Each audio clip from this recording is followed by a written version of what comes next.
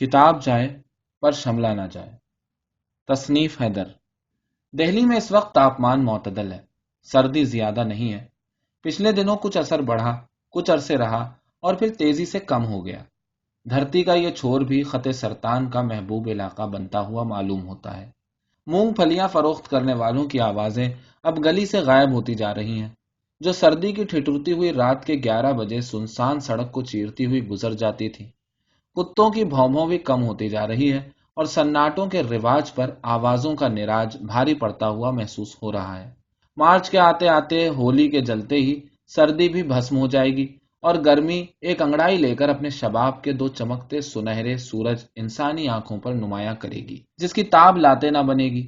ویسے موسم جس تیزی سے خراب ہو رہے ہیں، بگڑ رہے ہیں اور کھسک رہے ہیں، اسے لگتا تو یہی ہے کہ آئندہ کی کوئی قریبی نسل یہاں محض سردی کا نام ہی سنا کرے گی اور بچی کھچی قدرتی خنکی کو ترقی یافتہ صنعتی شہروں میں کسی خاص مقام پر قید کر کے لوگوں کو بطور یادگار محسوس کروانے کا بندوبست کیا جائے گا اور اس پر ضرور ٹکٹ بھی لگے گا۔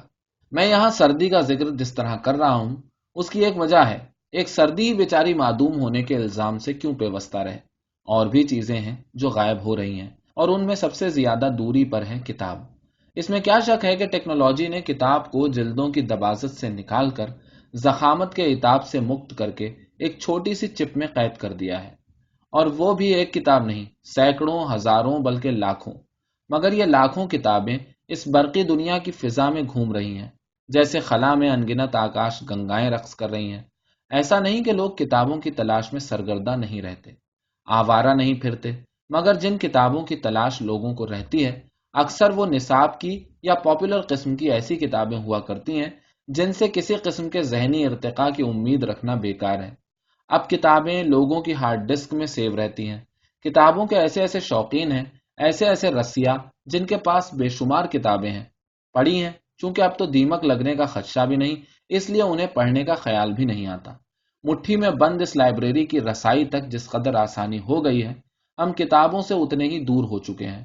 اردو میں تو غزل صاحبہ نے ایسا خوبصورت شارٹ کٹ پیدا کیا ہے کہ فائلاتن فائلاتن کرتے کرتے کب کوئی انسان اپنے آپ کو عالم بے بدل سمجھنے لگے گا، خبر ہی نہ ہوگی۔ شہرت کے لیے علم حالانکہ کسی زمانے میں ایسی شرط نہ تھی، مگر لوگ اپنی شہرت کی لاج رکھنے کے لیے ہی کچھ نہ کچھ پڑھ لیا کرتے تھے۔ غزل میں اس کا بھی ڈر نہیں ہے۔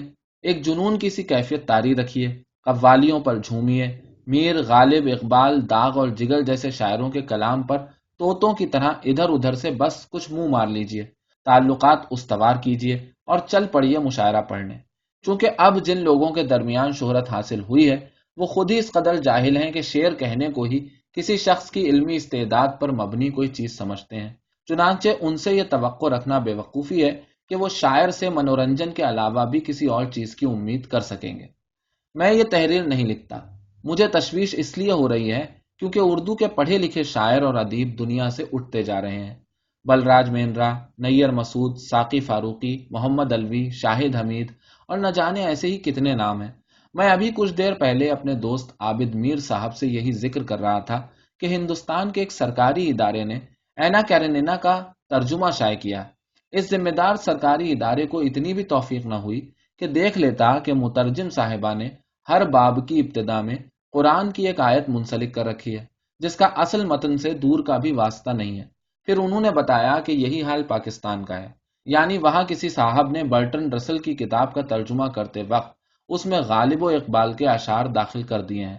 اس دھڑلے اور بے شرمی سے ترجمے جیسا حساس کام کرنے والے لوگ پڑھنے والوں کی بری تربیت ہی تو کریں گے۔ انہیں بھی لگے گا کہ کسی بھی متن کو ترجمہ کرتے وقت اپنی پسند کی کوئی مذہبی آیت یا اشلوک، شعر یا قطعہ کہیں بھی پیوند کی طرح ٹانکا جا سکتا ہے۔ اخبار میں لکھنے والے تو خیر ویسے ہی زبان و بیان پر توجہ دینے سے رہے، انہوں نے تو اپنی ناکامی کو اب اپنا ہتھیار بنا لیا ہے اور کہہ دیا ہے کہ صحافت کے پرچے میں املا کی غلطیوں پر نمبر کاٹنا جائز نہیں۔ چنانچہ جس کو جس لفظ کا جیسا املا مناسب معلوم ہو، زبان جیسی بھی لکھی جائے، کوئی فرق نہیں پڑتا۔ پہلے ادیب اور صحافی کچھ حد تک ایک ہی قسم کے لوگ ہوا کرتے تھے۔ اخبار اور رسائل دونوں کے لکھنے والے یا تو ایک دوسرے کی خبر رکھتے تھے، یا پھر اکثر اوقات اچھے صحافی ادیب اور اچھے ادیب صحافی بھی ہوا کرتے تھے۔ ایسے بہت سے کالم نویس ہیں جنہوں نے اخباروں میں باقاعدگی سے لکھا اور اچھا ادب بھی تخلیق کیا۔ پچھلے دنوں ایک صاحب نے مجھ سے کہا کہ تصنیف بھائی، آخر اتنا پڑھنے سے بھی کیا فائدہ ہے؟ جب معاشی طور پر آپ کے بقول جاہل لوگ کامیاب ہی ہیں تو پڑھنا اور نہ پڑھنا تو ایک ہی بات ہے۔ میں نے اس سوال پر غور کیا اور میں اس نتیجے پر پہنچا کہ معاشی قسم کا کوئی فائدہ نہیں ہوتا۔ آدمی معاشی طور پر مستحکم ہو سکتا ہے، اچھا لباس پہن سکتا ہے، اچھا مکان بنوا سکتا ہے، مگر یہ فائدے کی بات نہیں ہے۔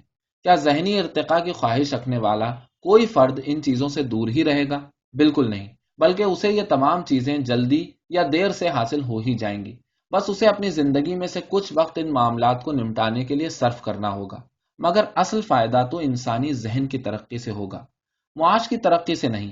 بلکہ معاشی ترقی ایک حد سے زیادہ ہو تو سماجی طور پر ایک جرم بن جاتی ہے۔ آپ اتنا کمائیں جتنے کی آپ کو ضرورت ہو، اس سے زیادہ کما کر آپ دوسروں کے حق کو کسی نہ کسی صورت میں چھین رہے ہیں، جبکہ علمی معاملات میں آپ جس قدر بھی آگے بڑھتے جائیں گے اتنا ہی اپنی تشنگی کو بڑھتا ہوا محسوس کریں گے۔ کتابیں انسان میں لوگوں کی مختلف نفسیات کو سمجھنے کا حوصلہ پیدا کرتی ہیں، ان سے برداشت کا جذبہ اور آگہی کی روشنی ساتھ ساتھ چلتے ہوئے محسوس ہوتے ہیں، اور انسان ایک بہتر سماج کی تشکیل میں فروئی باتوں کو چھوڑ کر اصل معاملات اور اصل مسئلوں کی دریافت اور ان کے حل پر گفتگو کا راستہ ہموار کرتا ہے، اور یہی علم کا سب سے بڑا فائدہ ہے۔ یہ فائدہ اس لیے بھی ہے کیونکہ یہ انسانی نسلوں میں قائم رہنے ہی والی نہیں، بلکہ انہیں قائم رکھنے والی ایک ایسی سیڑھی ہے جس کو معاشی فائدے کی اصطلاح میں تبدیل کر کے ہم اس پر قدم رکھنے والے انسانوں کی تذلیل کرتے ہیں اور ایک بہتر صورتحال کے پیدا ہونے کی گنجائش کو قتل کرنے کے مرتکب ہوتے ہیں۔ شاعری کیا ہے؟ اور وہ بھی خاص طور پر غزل کی شاعری۔ 2+2=4 کا فارمولا۔ جب لوگ دشت و صحرا، غزال و مشق، فراق و وصل جیسے معاملات کو سنتے سنتے جمعیہ لینے لگیں گے تب کیا ہوگا؟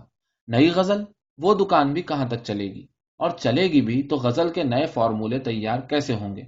نظم کیسے کہی جائے گی؟ فلسفہ کیسے سمجھا جائے گا؟ سماجیات کا کیا ہوگا؟ کہانی کدھر سے آئے گی؟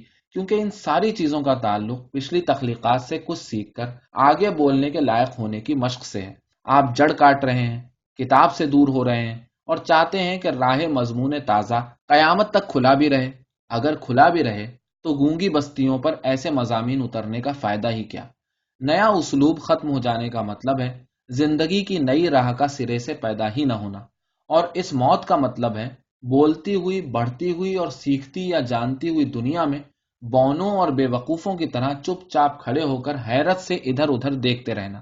پچھلے دنوں مجھے ایک اور دوست نے بتایا کہ کوئی بزرگ تھے جن کے انہماک کا یہ عالم تھا کہ کتاب پڑھتے وقت ایک رات ان کی پگڑی یعنی شملہ جلنے لگا اور انہیں خبر ہی نہ ہوئی، اور جب خبر ہوئی تو انہیں کتاب بچانے کی فکر پہلے لاحق ہوئی۔ اب معاملہ دوسرا ہے، کتاب جل رہی ہے اور لوگ شملے بچانے کی فکر میں لگے ہوئے ہیں۔ آپ اپنے بزرگوں کو ان کی گھسی پٹی تنقید پر لان تان کر سکتے ہیں، ان کے لمبے لمبے لیکچرز کو بورنگ کہہ سکتے ہیں، ان کے تذکروں، خود نوشتوں کو جھوٹ کا پلندہ ثابت کر سکتے ہیں، مگر ان کے لکھنے کے سلیقے پر انگلی نہیں اٹھا سکتے۔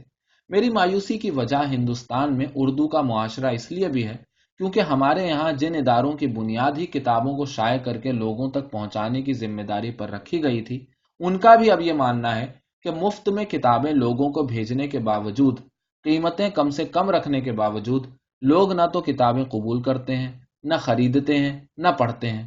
زبان ختم نہیں ہوگی، وقت کے ساتھ نئی لغت تیار ہو جائے گی، چاہے اس میں کیسے ہی الفاظ کیوں نہ ہوں، مگر فکر کا جو نقصان ہوگا اس کی بھرپائی ممکن نہیں ہے۔